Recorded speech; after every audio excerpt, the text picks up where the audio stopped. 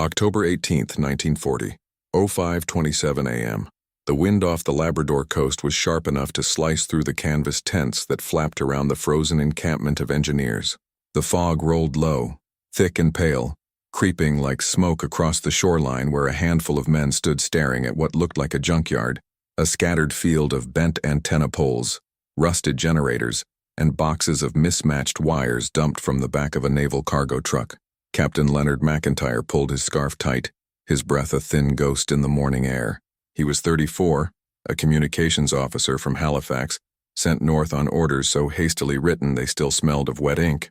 The men under his command were not soldiers in the traditional sense. They were mechanics, radio tinkerers, a few former miners who'd learned to weld by necessity. None of them truly understood why they were here, at the edge of the Atlantic, building something no one had yet dared to name.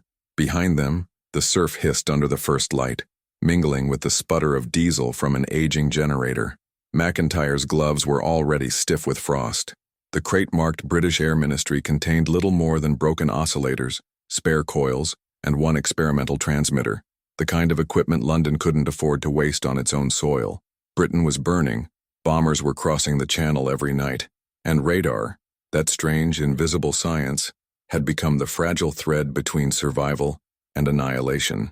Canada, safe across the ocean yet tied by blood and duty, had been tasked to build a line of eyes along the frozen frontier. But no one had provided blueprints, only an idea, scribbled in haste, early warning posts, coastal detection range, immediate construction. McIntyre had built radios in his father's shed as a boy. He'd listened to crackling voices from Boston, sometimes even Berlin, floating on frequencies that felt like magic. But this was something else. He looked at the heaps of metal before him and tried to imagine how sound, light, and air could be bent into a weapon. The first days were chaos. Frozen bolts, missing parts, cables so brittle they snapped when bent. The men fought the elements more than the task itself. They scoured the beach for driftwood to brace the towers, used tin cans as makeshift insulators, and melted snow to cool the engines. The wind screamed like artillery through the guy wires. Every success felt accidental, every failure inevitable. By the third week, the fog had swallowed the camp entirely. Visibility dropped to 10 meters. A seaplane bringing fresh supplies vanished in the whiteness and never returned. McIntyre stopped keeping track of the days. They worked by the hum of the generator, the rhythm of tools against metal, and the faint, otherworldly beeping that sometimes came through the receiver when the wind turned. At night, the men gathered around the shortwave radio, listening to the BBC reports of cities they had once visited, now reduced to smoke and glass. London, Coventry, Portsmouth. Each broadcast was a reminder that their crude experiment, if it worked, might keep the same fate from reaching their own shores. Then, in late November, the first signal appeared. It was faint, a thin pulse sweeping across the receiver like the heartbeat of a dying animal. The oscilloscope flickered green. McIntyre's second-in-command, Corporal Hastings, leaned in close, holding his breath. The signal repeated, stronger this time, steady, the echo of a Royal Air Force test plane flying far beyond the visible horizon. They had done it. Against all odds, against the snow and the shortages, against the disbelief of every superior officer who had called the mission a northern folly, the scrap metal had spoken to the sky. But success did not bring celebration. It brought orders, a telegram stamped with urgency. More sites, further north. Churchill himself had approved the expansion. The men packed what little equipment they had, loaded it onto sleds, and began the trek along the coast. Their convoy looked less like soldiers and more like wandering blacksmiths lost in an ice age. The dogs barked against the wind. The aurora shimmered faintly above, indifferent to their mission. As the convoy moved inland, the true adversary revealed itself. Not the Germans, not the cold, but the geography. The endless, featureless wilderness where compasses spun without reason, and maps were drawn more from imagination than fact. They called it the Silent Front. For every mile of wire they laid, they lost another to the storm. Antennas collapsed overnight, swallowed by frost or shattered by gusts that howled like engines. Yet McIntyre refused to turn back. In his journal, later found decades after the war, he wrote, "If the empire falls, it won't be for lack of signal." By December, the project had grown into something neither military nor civilian, a strange hybrid of desperation and ingenuity. The engineers wore parkas instead of uniforms. Their tools were scavenged from shipwrecks and abandoned mines. They soldered by lantern light and slept inside crates lined with straw. Each station they built hummed quietly in the dark, its pulse sweeping across the horizon like a heartbeat shared between men who would never meet. Unknown to them, those faint blips were already being intercepted and analyzed by British radar operators, giving London precious minutes of warning before each new wave of bombers. In January 1941, word came from across the Atlantic. The Luftwaffe had begun targeting the early warning masts along the British coast, but their attacks were off by miles. The signals they tracked were decoys, reflections bouncing from the crude Canadian towers that mirrored the same frequencies. The scrap metal had become a shield. For the first time, the engineers understood the scale of their work. They were no longer tinkering in isolation. They were altering the very fabric of the war's perception. That winter was the worst in 20 years. The snow piled waist-high. The temperature fell to 40 below. One morning, McIntyre woke to find Hastings' beard frozen to his collar. The diesel had congealed in the tanks. They burned shoe soles to keep the generator warm. Still, the hum of the radar persisted. It had become their only warmth, a sound that reminded them they were not forgotten, that somewhere across the ocean, men were alive because of it. By the time spring came, half of McIntyre's team had been sent home with frostbite or fever. The rest stayed. Their faces were carved by the wind, their eyes red from sleepless nights staring into green-lit screens. They had stopped talking about the war. The news from Europe had become a distant echo like a story told through static. What mattered now was the pulse, the rhythm, the invisible hand that reached across the Atlantic and whispered, "We see you." Years later, after the war ended and the medals were handed to men whose names filled the newspapers, the northern radar line was quietly dismantled. The scrap was sold, melted down, forgotten. Only a few photographs remain. A line of men standing in the snow beside an antenna made of scavenged metal, their expressions blank, their achievements classified. But those who knew, the airmen who returned from missions alive, the families who saw the bombs miss their towns by minutes, they owed a debt to those invisible engineers of the cold frontier. History would call it a network, but to the men who built it, it was something closer to faith. The belief that even the faintest signal, if sent with enough conviction, could reach across an ocean and change the course of war. March 3, 1941, 06:42 a.m. The Labrador horizon was a dull bruise of gray and violet when Captain Leonard McIntyre heard the crack of frozen ice beneath his boots. The bay had half thawed overnight. A deceptive calm spread across the water, and in the distance, the skeletal frame of a new tower leaned like a dying tree against the wind. He stopped to light a cigarette, the flame trembling inside his cupped hands. The smell of burning paper mixed with salt and diesel. The smell of the North, he used to say, where everything froze except the determination of men who had nowhere else to go. Behind him, Corporal Hastings wrestled with a cable reel twice his weight, cursing softly through chattering teeth. They had been at this site for 47 days, building what headquarters called Station K-11, though McIntyre preferred its unofficial name, the last post before the ice. Every morning began the same, scraping frost from the dials, checking the oscillators, warming the transmitters with hand lamps until the coils glowed faintly red. The work had become mechanical, almost devotional. The men spoke less now, conserving their breath, their strength, their sanity. The novelty of the mission had long faded. What remained was endurance, a kind of quiet pact between flesh and metal.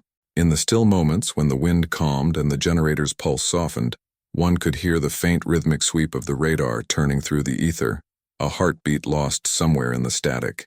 The telegrams from Ottawa arrived sporadically, carried by pilots who landed their ski planes on frozen lakes.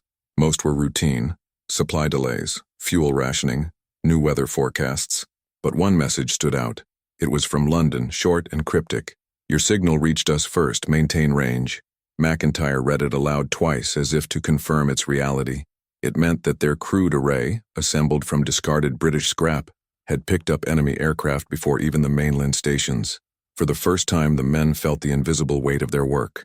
Somewhere over the Atlantic, a plane had been warned in time, because of them. Yet glory was a dangerous illusion. The days that followed blurred into a single stretch of monotony and frostbite. The northern sun never rose high enough to cast real warmth. Snow drifted against the huts until doors had to be shoveled open from the inside. Coffee froze solid if left too long on the table. The men's faces cracked from the cold. their beards stiff with ice. At night, the aurora washed the sky in green ribbons, surreal and silent, like the reflection of the radar's own frequency made visible across the heavens. Hastings once said it felt as if the sky were listening. The greatest enemy, however, wasn't the cold. It was the silence. Weeks would pass without word from anyone. The radio would hiss, crackle, then fade. Sometimes voices came through, German, British, unrecognizable, distorted by distance, as if ghosts were whispering through the wires. McIntyre started keeping a log not of transmissions, but of sounds, the hums, the clicks, the subtle irregularities in the static that hinted at something alive in the ether. He had begun to think of the radar not as a machine but as an organism, something breathing, searching. "It knows before we do," he wrote in one entry. Then, one night in late March, the machine stopped. The beam froze mid-sweep. The hum died. The silence that followed was unbearable. McIntyre and Hastings tore through the equipment, their fingers numb, their tempers frayed. The transmitter's filament had burned out, a part they didn't have. Supply routes were snowed in. Replacements wouldn't come for weeks. Without it, the station was blind. McIntyre sat on an oil drum staring at the darkened screen, listening to the hollow wind press against the hut. "So this is what defeat sounds like," he murmured. But Hastings, stubborn as ever, refused to accept it. He rummaged through spare parts, salvaged copper wire from an old generator, and began soldering by the dim light of a lantern. His hands shook violently. The fumes stung their eyes, but by dawn, he had crafted a crude filament coil, wound by hand and sealed with melted wax. They reassembled the set, and when McIntyre flicked the switch, the green line pulsed once, faintly, then again stronger. The heartbeat had returned. Hastings laughed, the sound hoarse and broken. "A pile of junk," he said, "but it's ours." That night, a signal came through, a faint echo at first, then a steady rhythm unlike any they had logged before. The frequency was lower, the reflection sharp. Hastings checked the bearing twice. It was moving fast, west to east, high altitude. Too high for the usual patrols. They transmitted a coded alert to Halifax. Hours later, confirmation arrived. A German reconnaissance aircraft, spotted off the coast of Ireland, had changed course abruptly after detection. The signal had been theirs. The system worked. Against all odds, from a shack buried in snow on a forgotten coastline, they had touched the war. But with success came unease. Rumors began to drift through the few letters they received, of enemy submarines sighted near Newfoundland, of radio interceptions traced to unidentified northern transmitters. London had asked for silence on all frequencies. McIntyre ordered the men to reduce transmissions to bare minimum, to send reports only by courier. The war, it seemed, was listening back. April arrived with thaw and sickness. Meltwater flooded the trenches. Food spoiled in the damp. The men coughed through the nights, their lungs raw from diesel fumes and cold air. One morning, McIntyre found Private Delaney sitting outside the hut, staring blankly at the sea. His fingers blew around a half-frozen cup of tea. "I heard it last night," Delaney said softly. "Voices, not ours. They were speaking from the static." McIntyre didn't answer. He had heard them too. Whether it was imagination, exhaustion, or something more, he didn't know. By mid-April, a small convoy arrived. New supplies, new orders, and 2 officers from the Royal Air Force. They carried maps and a portable receiver unlike anything McIntyre had seen. The British officers spoke little, their accents clipped, their expressions unreadable. They studied the Canadian setup in silence, occasionally exchanging notes. On the third day, one of them, Wing Commander Stroud, approached McIntyre. "Your system," he said quietly, "works better than anything we've built south of Iceland, but it's not what we expected." McIntyre frowned. "What did you expect?" Stroud hesitated, then replied, "Something less human." That night, Stroud and his men recalibrated the array, aligning it to a new set of coordinates. McIntyre watched from a distance. The aurora shimmered faintly above, as if observing the ritual. When they finished, Stroud handed him a sealed envelope marked "Top Secret, Coastal Echo Project." Inside were diagrams, dozens of new towers planned across Canada's eastern rim, each one connected, each one pulsing on the same frequency. "You'll train the teams," Stroud said. "We're building a chain, the line that catches the storm before it crosses the sea." The days that followed were unlike any before. The camp grew crowded with newcomers, young engineers, surveyors, signalmen. the air filled with the clang of hammers, the hiss of welding torches, the murmur of unfamiliar accents. McIntyre, once the lone voice of authority, now found himself part of something vast and invisible. Each new tower rose from the snow like a monument to persistence. From above, the network must have looked like a necklace of light along the edge of the world. And yet, despite the progress, a strange melancholy settled over the camp. The more the network expanded, the smaller McIntyre felt, a cog in an unseen engine. The purpose that once gave him warmth now chilled him. He began to wonder if they had created something beyond control, something that listened not only to the sky but to the hearts of men. In one letter, never sent, he wrote, "We built a mirror for the world, but sometimes when the wind is right, I think it reflects more than sound. I think it hears us." The wind carried those words into silence. The next morning the fog returned, thicker than ever. The men worked by instinct, their figures blurred by mist. Somewhere in that whiteness, the first full pulse of the completed system swept out across the Atlantic, a silent wave of energy connecting stations from Newfoundland to Baffin Island. No one cheered. They simply stood, listening to the hum, knowing that somewhere thousands of miles away someone might already be alive because of it. And as the beam rotated, steady, relentless, eternal, McIntyre realized that their invention had transcended its purpose. It was no longer about war or survival. It was about presence, the human refusal to disappear, even into the coldest void. June 19th, 1941, 04:58 a.m. The sun had just begun to crawl over the ragged edge of the Atlantic when Captain Leonard McIntyre awoke to a sound he hadn't heard in months. Laughter. It was faint, muffled by the wind, but unmistakable. He stepped outside the barrack, boots sinking into wet gravel, and saw two young engineers standing beside the radar mast, grinning like schoolboys. The machine, their machine, was alive, humming with a steady pulse that cut through the dawn like the heartbeat of the earth itself. Beyond the fog, gulls screamed over the shoreline, and the smell of brine and oil filled the air. The war, for one fragile morning, felt distant. McIntyre buttoned his coat and walked toward the tower. The antenna rose above him like a skeleton of metal and wire, its ribs glinting gold in the low light. Corporal Hastings emerged from the workshop, wiping his hands on a rag blackened by grease. "We stabilized the output," he said, his voice hoarse. "No more drift, she's holding the frequency." McIntyre nodded silently, his eyes tracing the sweep of the radar's rotation. The faint green trace on the monitor inside was steady, rhythmic. The chain was working, not just here, but across the entire coast. For the first time since the war began, Britain had a complete northern warning line. That day, a courier arrived by seaplane bringing both supplies and a sealed leather case. Inside was a new type of transmitter, lighter, more efficient, and a letter bearing the crest of the Royal Air Force. McIntyre opened it at his desk, the paper thin and yellowed by the damp. "Your stations have extended the Empire's reach," it read. "Every signal you send echoes across oceans. Continue, refine, expand." He folded the letter slowly, aware that the words were both praise and command. The line between recognition and requisition was thin in wartime. By midsummer, the network stretched from Newfoundland to the Arctic Circle. Each outpost was manned by small detachments of Canadians, their uniforms stained by oil and salt. They lived in isolation, forgotten men guarding invisible lines. Some went months without seeing another soul outside their team. They began naming their posts like lost ships: Beacon's Edge, Frozen Echo, the Listening Gate. McIntyre oversaw it all, his handwriting filling hundreds of logbooks that no one would read for decades. In July, a coded message came through from London. An experimental bomber formation had crossed the Atlantic undetected by enemy radar, guided entirely by reflections from the Canadian chain.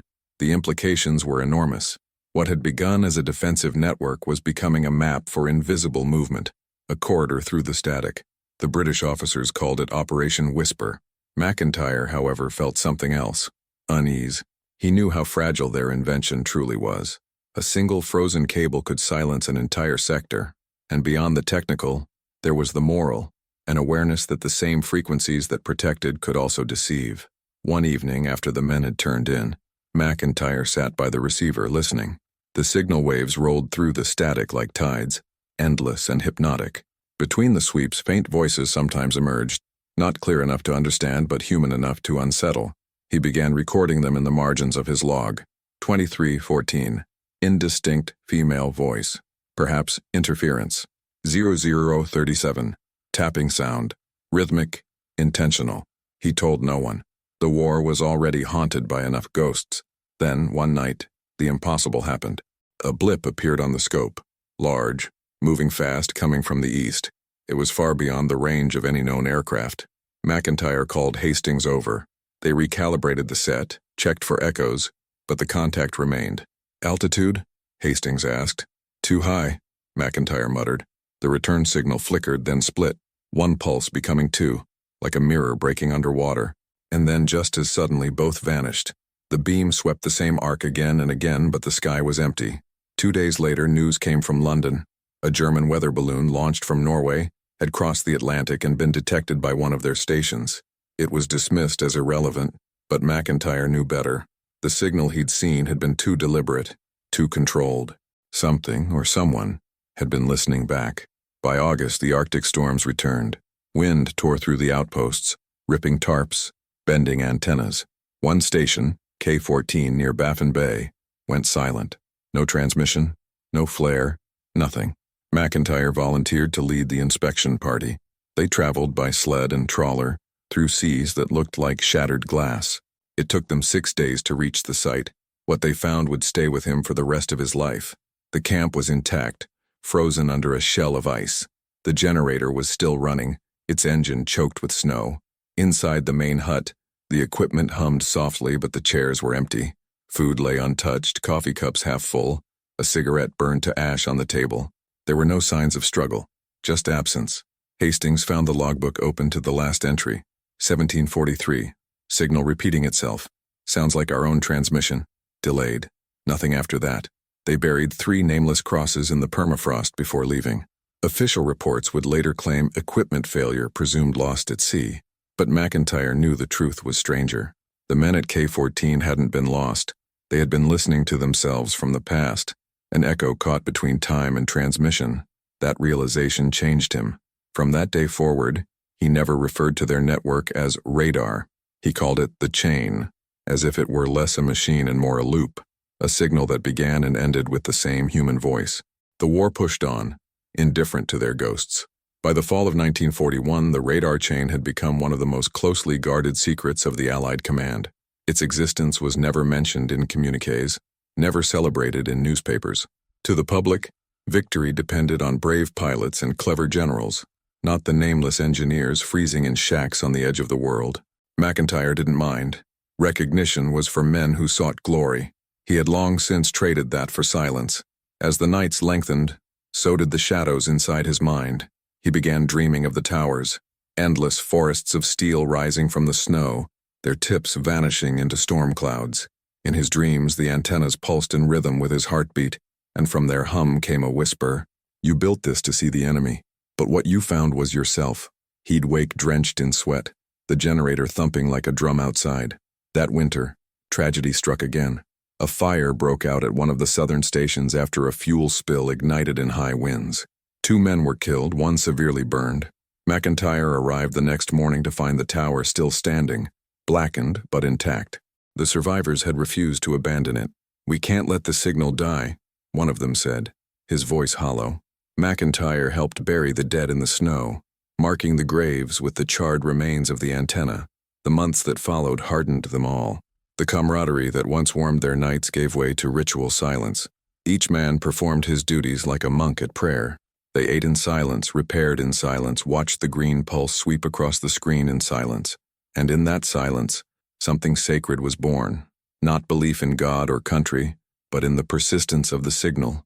It became their only truth, their proof of existence. On New Year's Eve, McIntyre stood alone on the shoreline, watching the northern lights dance above the frozen sea. The radar hummed behind him, casting a faint glow across the snow. He thought of all the unseen lives their work had touched, the pilots who made it home, the convoys that slipped past enemy sight, the families who would never know his name. He thought of K-14 and the men who had vanished listening to echoes of themselves. He removed his gloves and pressed his bare hand against the cold metal of the tower. The steel bit into his skin, but he didn't pull away. We built this from nothing, he whispered. Scrap and frost and hope. The wind carried his breath away, scattering it across the ice. The radar's pulse swept past once more, indifferent and eternal.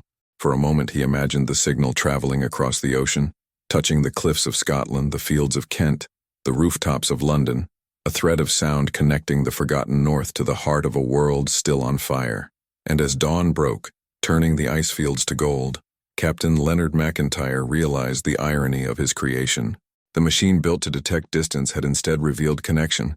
It had shown him that in war, as in life, survival depended not on strength or speed, but on resonance, the faint, persistent echo that refuses to die, no matter how far it travels. March 12, 1942, 11:03 p.m. The wind clawed at the barrack walls like a living thing. Inside, the lamps flickered with each gust, their light shuddering across maps and instruments. Captain Leonard McIntyre sat at the wooden desk, his uniform collar undone, pen trembling above the last page of his logbook. Outside, the radar mast swayed gently, its silhouette vanishing and reappearing in the blizzard like a phantom sentinel. The hum of the generator had become softer these days, almost human in its rhythm. The war was shifting south now. Africa, the Mediterranean, the Pacific. The north had gone quiet. Supplies came less frequently. Orders became vague, impersonal. Some stations were already dismantled, their metal stripped and repurposed for aircraft frames. McIntyre's outpost, once the proud heart of the chain, now stood as a relic, half buried in snow, its wires humming only to themselves. Yet he stayed. He said the silence suited him. Corporal Hastings had left weeks earlier, reassigned to Ottawa. His departure had felt like the final thread snapping. McIntyre had watched the plane vanish into the gray horizon, its engine fading into nothing. Since then, he had spoken aloud only to the machines. He would walk the perimeter at dawn, tapping the mast, tightening the bolts, listening for that familiar pulse. Sometimes he imagined the signals still traveling outward, unseen, unacknowledged, but alive, like prayers with no listener. One night, while checking the transmitter, he heard it again, a faint echo impossibly soft, looping back across the static. It was his own call sign, repeated with a half-second delay, the same ghost signal that had haunted Station K-14. He stared at the green line sweeping the radar's scope, heart pounding. "Who's there?" he whispered into the mic, though he already knew the answer. The only reply was his own voice, fractured by distance, carried on the wind from nowhere to nowhere. He stayed like that for hours, listening to his reflection fade. When the storm finally passed, he stepped outside. The sky was clear, sharp with stars, the sea frozen solid to the horizon. The aurora hung low, shimmering pale green like the afterglow of memory. He walked to the tower, rested his hand on the cold steel. The surface was rough with frost, but beneath it he could feel the faint vibration of the transmitter, the heartbeat of the machine that refused to die. Some say the station was decommissioned that spring. Others claim McIntyre disappeared during the thaw, his tracks ending at the shoreline where the ice began to break. The official report lists him as missing, presumed drowned. But decades later, when scientists restored fragments of the old radar frequencies for research, one transmission was still faintly detectable, a rhythmic pulse repeating at intervals too precise to be natural. The signal's origin was never traced. To those who listened closely, it carried a fragment of a human voice. Weathered, distant, almost erased by time. A voice saying softly, "Signal steady, range clear," then silence, only the wind, sweeping endlessly across the cold Atlantic, where a pile of scrap metal once became the sound of survival.